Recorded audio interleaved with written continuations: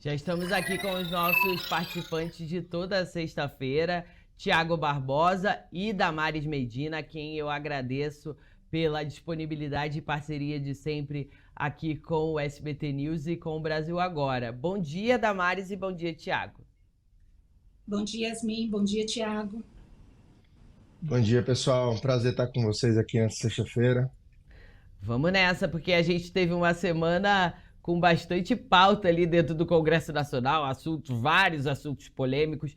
Parece até mentira, mas a gente sempre fala essa palavra, polêmica, porque não é que a gente goste de polêmica, é que a polêmica tá aí, a gente tem que tratar desses assuntos para esclarecer, ainda mais tendo especialistas que podem esclarecer e clarear as nossas ideias. Eu vou começar com a questão que a gente falou há pouco aqui no Brasil Agora, sobre PEC da anistia, porque agora o Congresso Nacional aprovou, está resolvida essa questão da PEC da anistia, 2 turnos na Câmara, 2 turnos no Senado, agora será promulgada. Estava até trazendo, e vocês podem me corrigir caso esteja errada, que não é como uma lei, a proposta de emenda à Constituição, a promulgação pelo próprio Congresso Nacional, que faz essa promulgação e aí fica valendo dentro da Constituição. Mas na avaliação de vocês, essa PEC, ela pode trazer realmente benefícios para as eleições ou não é bem assim? Bom dia mais uma vez. Bom dia, gente. É um assunto polêmico, como você mesmo destacou, e nós tivemos aqui em Brasília uma semana tensa e intensa. E todos os temas levam ao Supremo Tribunal Federal. A PEC da anistia mesmo já tem 2 ações tramitando no Supremo que queriam suspender a tramitação dessa proposta de emenda que foi aprovada já na Câmara dos Deputados, em votação em 2 turnos, e agora no Senado Federal. O mecanismo que eu acho mais perigoso dessa proposta de emenda à Constituição, que você está correta, Yasmin, vai ser promulgada, vai virar emenda à Constituição brasileira, é um incentivo à pedagogia de estimular os partidos a descumprirem as cotas, que são mecanismos voltados para aumentar a diversidade dos nossos representantes políticos aqui em Brasília, no Congresso Nacional. O que significa isso? Tradicionalmente, havia mecanismos que garantiam investimento de verbas do fundo eleitoral para candidatos mulheres e candidatos negros. Essas verbas, essa destinação de verba foi descumprida reiteradamente, o que ocasionou a aplicação de multas, de sanções, e essa PEC da anistia vem perdoar essas multas e essas sanções pelo descumprimento desse aporte, cujo objetivo era possibilitar mecanismos que aumentassem a participação de mulheres, de candidatos negros, já que nós temos representantes aqui majoritariamente homens e brancos. E agora a PEC, uma vez aprovada no Senado, ela segue para promulgação e vai se tornar emenda à Constituição. Ela faz com que essas sanções sejam perdoadas mediante parcelamento, a utilização de verba eleitoral para pagar essas sanções e até uma diminuição das verbas que seriam efetivamente destinadas a candidatos negros. Então, todas as ações no Supremo que pretendiam suspender a tramitação dessa PEC eram fundamentadas no direito e garantia fundamental de igualdade de representatividade. Nós tínhamos vários amicus curiae, que são terceiros que entram no Supremo Tribunal Federal tentando representar a comunidade, a sociedade civil. Então, na minha avaliação, agora eu quero escutar o Tiago, é uma notícia muito desanimadora para quem espera ver um Congresso Nacional mais representativo e reflexo da nossa sociedade brasileira, que é multicultural. Independentemente de você ser a favor ou não do mecanismo, a Damares tocou muito bem.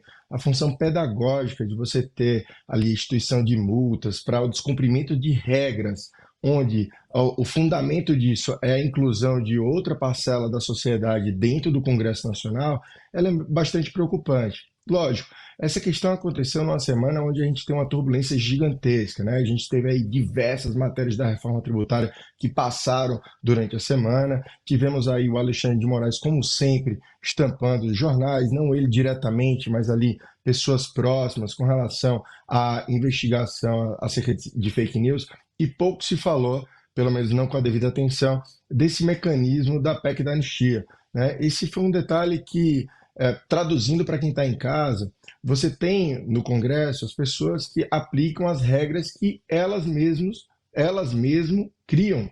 Então, o ponto é, eles tinham a obrigatoriedade de destinar parte do orçamento para candidatas mulheres e não fizeram isso, como não fizeram mudar a regra do jogo, ao invés de submeter as sanções que já haviam sido aprovadas, né? Então, esse é um ponto realmente preocupante pelo caráter pedagógico de se ver que o Congresso, quando não cumpre uma regra, ele muda a regra do jogo. E isso não seria minimamente plausível.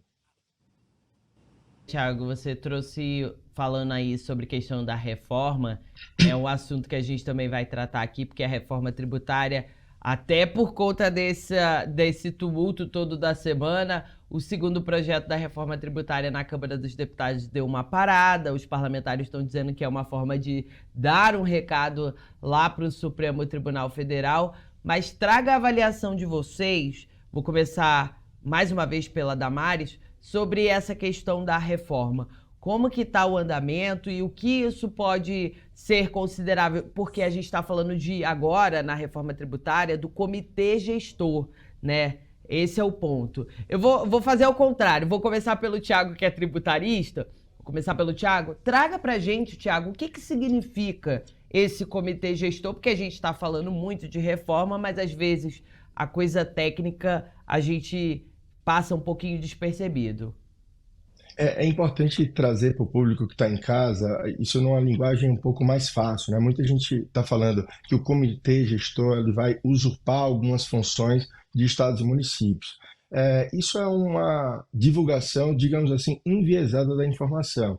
A partir do momento que a gente concorda em fazer uma reforma tributária, onde você vai unificar impostos municipais e estaduais, a ideia é que, ao invés de você ter o controle pulverizado em mais de 5 mil municípios e 27 estados, isso vai passar a ser coordenado por um comitê gestor, que vai ficar sob titularidade, digamos assim, da União, mas que vai ter componentes das outras unidades da federação.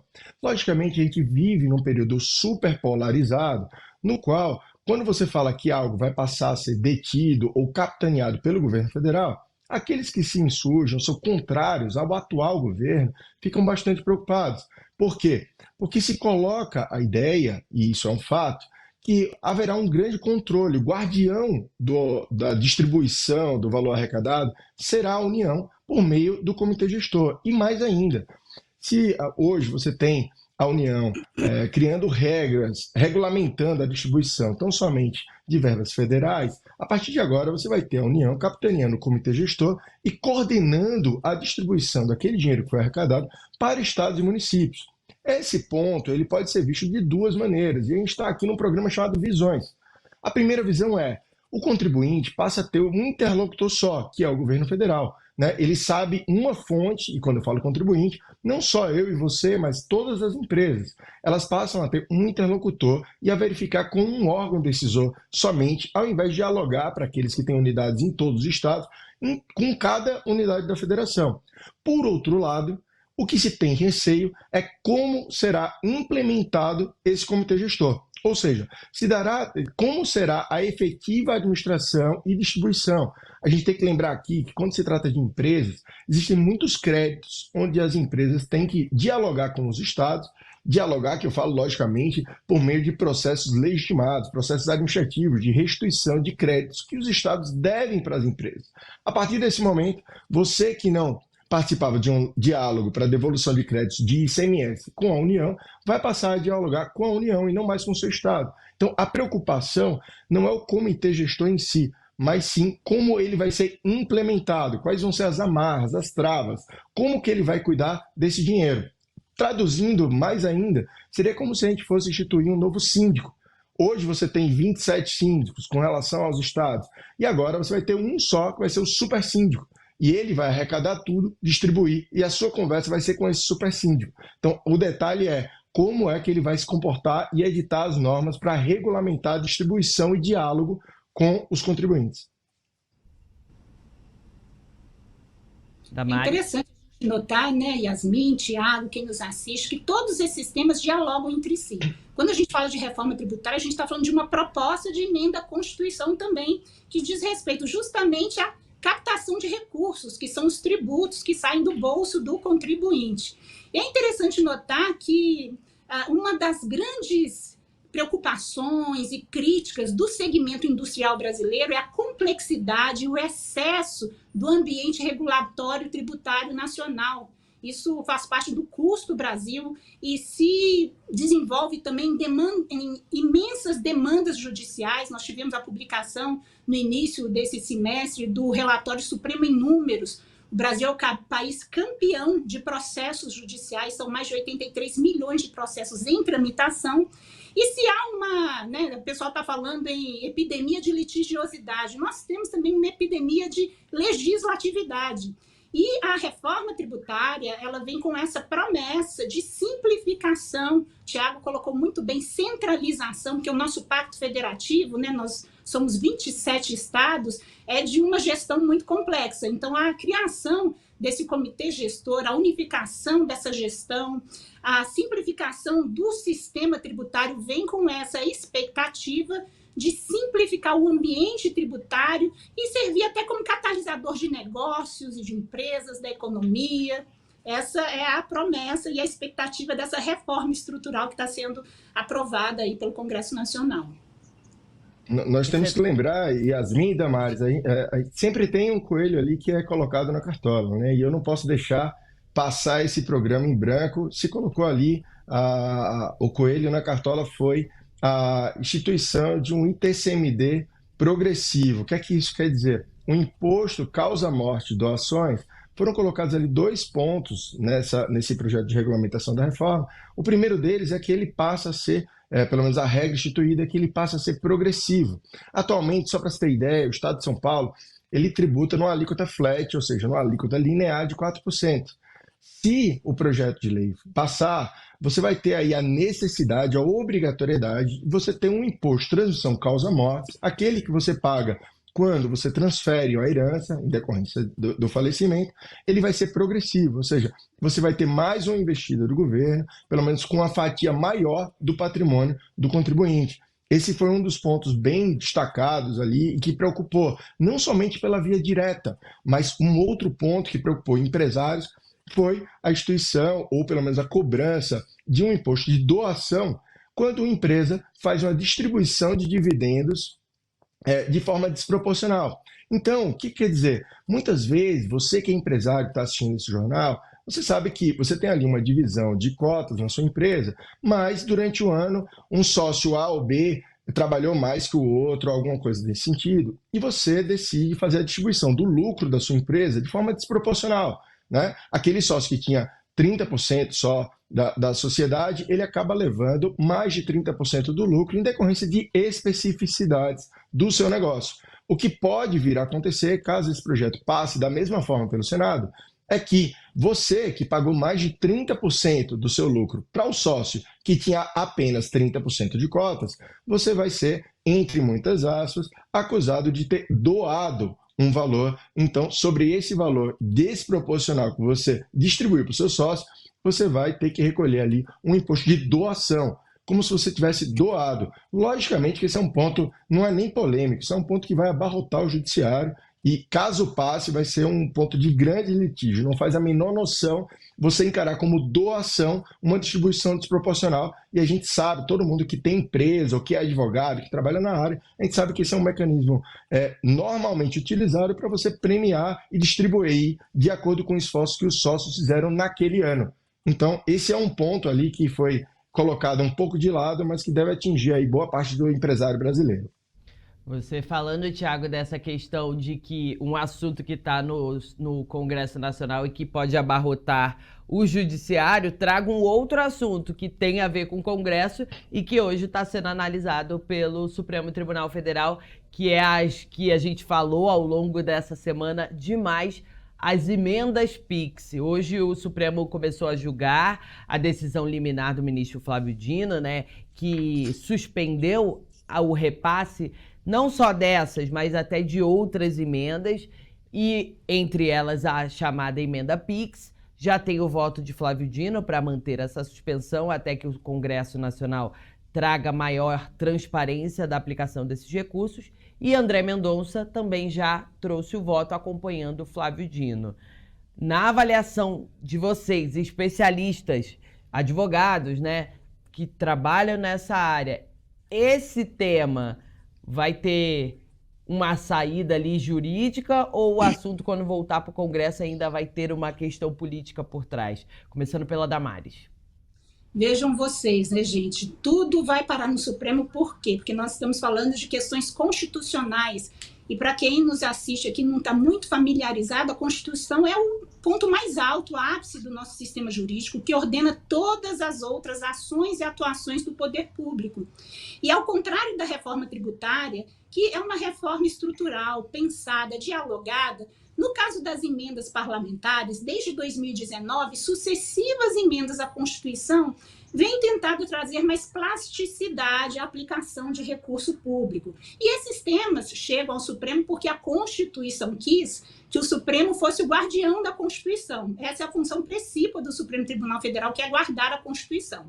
No caso das emendas parlamentares de aplicação de verbas orçamentárias, duas ações já tramitam no Supremo, distribuídas ao ministro Flávio Dino, a segunda até por prevenção, como o ministro já julgava a primeira, referente às emendas PIX, que nós já discutimos aqui, que são aquelas semelhantes a um PIX, que o parlamentar pode passar uma verba pública para uma obra, para um município, sem vinculação orçamentária, com pouca transparência e com muito pouca rastreabilidade. Então, nessa ação específica, o ministro Flávio Dino concedeu uma liminar, determinando que o repasse dessas verbas ficasse condicionado a medidas de transparência. Uma delas era a inscrição numa plataforma do governo federal que chama TransfereGov, para que o cidadão pudesse acompanhar minimamente a aplicação do seu tributo, que é o que compõe o orçamento federal. A segunda ação direta de inconstitucionalidade, ela vai contra o orçamento impositivo. O que significa orçamento impositivo? Também fruto de uma emenda à Constituição. Ela transfere do Executivo para o Legislativo parte da gestão orçamentária, porque ao transferir essa verba, o Legislativo impõe que o Executivo aplique especificamente em determinada atribuição, em determinada área. O que está em discussão agora no Supremo e qual que é a pedra de toque de toda essa polêmica? Nós estamos falando de emendas à Constituição, que, como nós vimos, tramitaram no Congresso Nacional, tanto na Câmara dos Deputados quanto no Senado Federal, que são suspensas pela decisão de um único ministro, que é uma característica do nosso controle de constitucionalidade. Em 2022, ainda sob a gestão da presidente do Supremo, ministra Rosa Weber, teve uma alteração no regimento interno que prevê o quê? Sempre que o ministro der uma liminar individual, monocrática, ele tem que submeter automaticamente essa decisão à ratificação, ao referendo do plenário do Supremo Tribunal Federal em reunião virtual. E essa é uma grande mudança. Eu fiz uma pesquisa, Yasmin, Thiago, quem nos escuta, todas as medidas liminares monocráticas que foram submetidas até agora, desde 2022, foram ratificadas pelo plenário do Supremo Tribunal Federal em reunião virtual, à exceção de uma ou duas. Então, assim, é uma regra que funciona. A Yasmin já antecipou aqui que já iniciou virtualmente o referendo de uma dessas decisões do ministro Flávio Dino. O ministro André Mendonça acompanhou e a tendência pelo comportamento decisório do tribunal é que haja um referendo, um reforço e uma validação dessa decisão individual, que aí sim passe a ser uma decisão de todo o Supremo Tribunal Federal, suspendendo provisoriamente, veja, não é o julgamento final, é apenas uma decisão que antecipa um pouco o juízo do Supremo, coletivamente, essa emenda à Constituição e a possibilidade de repasse dessas verbas. Para você que está em casa, o que acontece, a Damares explicou muito bem todos os detalhes ali referentes à interferência entre um poder e o outro. E muita gente que está em casa não percebe, mas está assistindo de camarote uma verdadeira guerra entre os poderes. Porque o que acontece? Quando você tem aí o executivo ele precisa que a verba chegue para que ele faça as obras, execute de fato o seu trabalho e crie ali sua base de aliados, né? Faça o seu trabalho mostrando o resultado disso para a população. A gente não pode esquecer que a gente está se aproximando do mês da eleição. Então, a trava do judiciário com relação ao destino de montante que congressistas, legislativo, envia para que o executivo execute, você tem aí uma trava do poder judiciário que prejudica os congressistas. Lógico, tudo no Brasil está totalmente interligado. Nós temos aqui 513 deputados que têm suas bases nos seus respectivos estados e municípios. Então, a partir do momento que uma pessoa só, e aí não fazendo juízo de valor do mecanismo, o mecanismo está correto, mas a partir do momento que um congressista, que ao sentar na sua cadeira, ele tem por direito 70 milhões de emenda, cada um tem um cheque em branco de 70 milhões, para mandar para suas bases, para que elas executem obras em seus estados e municípios, você tem aí iniciado uma guerra. Por quê? É como se você tivesse tirado do congressista o direito de usar aquele cheque que ele recebeu. Logicamente, como eu falei que esse cheque é um cheque em branco, o que o ministro tenta dar é uma transparência na destinação e utilização desse cheque, desse dinheiro, dessa emenda, que nada mais é uma emenda, é um dinheiro que o deputado envia para a sua base aliada para que ela execute. Então, a ação de um ministro do Judiciário, logicamente, a gente tem aqui a Suprema Corte travando esse envio num momento como esse, às vésperas de eleições municipais, dá início ali a uma grande discussão entre os poderes. Se eu pudesse fazer uma síntese aqui para você, você tem os deputados querendo liberdade para mandar o dinheiro e o ministro querendo transparência. Logicamente que toda a população ela vai ser totalmente favorável à maior transparência dos recursos públicos, mas você tem que analisar aí e pensar e acompanhar para ver qual que vai ser a retaliação do Congresso para decisões desse tipo.